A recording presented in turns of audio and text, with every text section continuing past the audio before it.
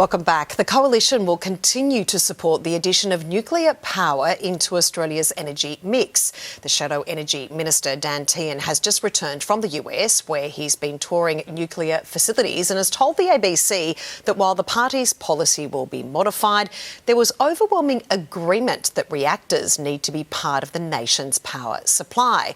Joining us today on the Debrief is James Royce from Southern Cross Austereo and Lyndsey Kirkwood from the Wine Chats podcast. Good afternoon to both of you. James, I'll start with you today. Pretty clear from the election result earlier this year that nuclear is not popular with a lot of Australians at the moment as part of our energy solutions. Would you agree?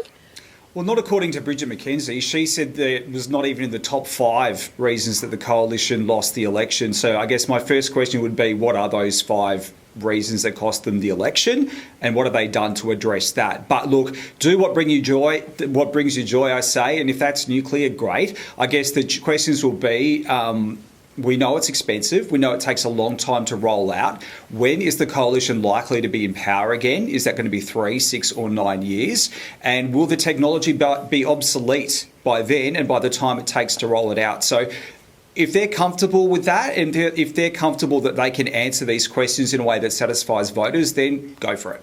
Well said, Lyndsey. In regards to both sides of politics, one may argue this is a failure over decades from either the Liberal Party or the Labor Party, because the bottom line is right now, none of their policies are going to deliver lower energy bills to Australians in the foreseeable future, like right now.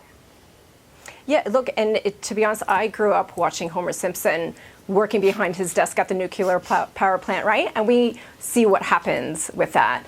And I think nuclear is so scary to people. It's such a scary word, and it's really hard to understand how it's going to affect down the line for us.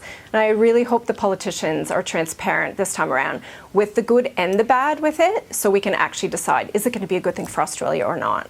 To make an informed decision.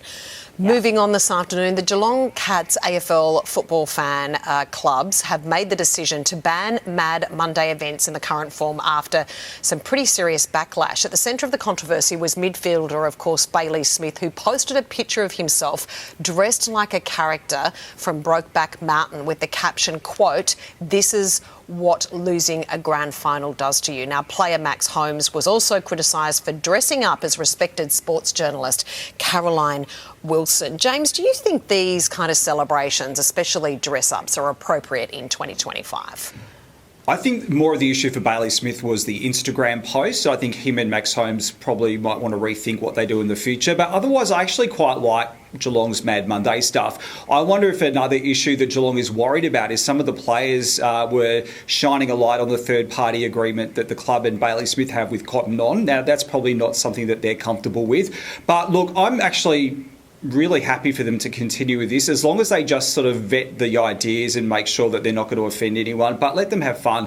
They really needed to blow off some steam after the grand final, and other than Bailey Smith and Max Holmes, I thought it was pretty harmless. Lyndsey, what are your thoughts? Oh, look, I have 3 kids, and it always goes back to, for some reason, the footy players are always in the media from their bad choices. And I think either they forget or they don't care that so many little eyes and ears are on them. And if they see their favourite footy player doing something, they think that's okay. And then it trickles down the line. And I just think it's really dangerous. And I think that they really need to choose their costumes and their behaviours better for it to continue on. Especially when we have mobile phones and social media. Finally, this afternoon, diners on the Gold Coast are being warned they should get used to paying a surcharge when eating out on the weekend. Diners aren't happy with the 10% increase, but hospitality bosses say it is necessary to cover penalty rates and escalating costs that they try and face when they're trying to run a business. James, what are your thoughts? Do you think this penalty is okay, this surcharge? I think hospitality runs on such a razor-thin margin, and it's even harder to keep afloat when you're having to pay penalties. I think at the end of the day, people are just going to cop it on the chin. If it's breakfast, let's say it costs $30, that's an extra $3. Look, if this is what it takes for the business to stay profitable, do it, but the customers will vote with their feet. Yeah, I think if you make it transparent, Lyndsey, don't you think, like if you make it clear, advertising on the business before you walk in, that they are facing increasing costs, they do have to pay penalty rates often to the staff, that this is okay, just as long as you know when you're walking into that restaurant, you've got to pay that extra cost. For sure, the transparency is key there. You have to tell the people. Nobody likes a sneaky surcharge, and we're all happy to pay it if we know that it's going to help the venue stay afloat and not go out of business. But my concern is some of the greedy businessmen, businesswomen might take advantage of it and not tell us. That's where it kind of gets a little bit grey for me, and it's like, ooh. Yeah, they need to be transparent. We really appreciate you both joining us this afternoon, James and Lyndsey. Thank you so much. Thanks a lot. Thank you. Well, coming up next on